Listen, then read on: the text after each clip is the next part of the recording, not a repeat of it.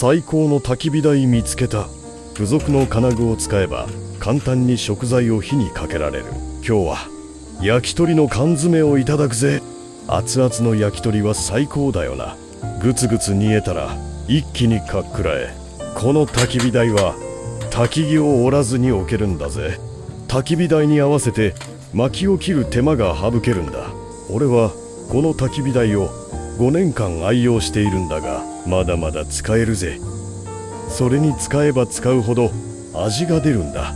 俺は平日は仕事に生きるサラリーマンなんだが、平日に頑張っているからこそ休みの日の焚き火が最高だよな。これからもキャンプ動画上げていくからチャンネル登録よろしくな。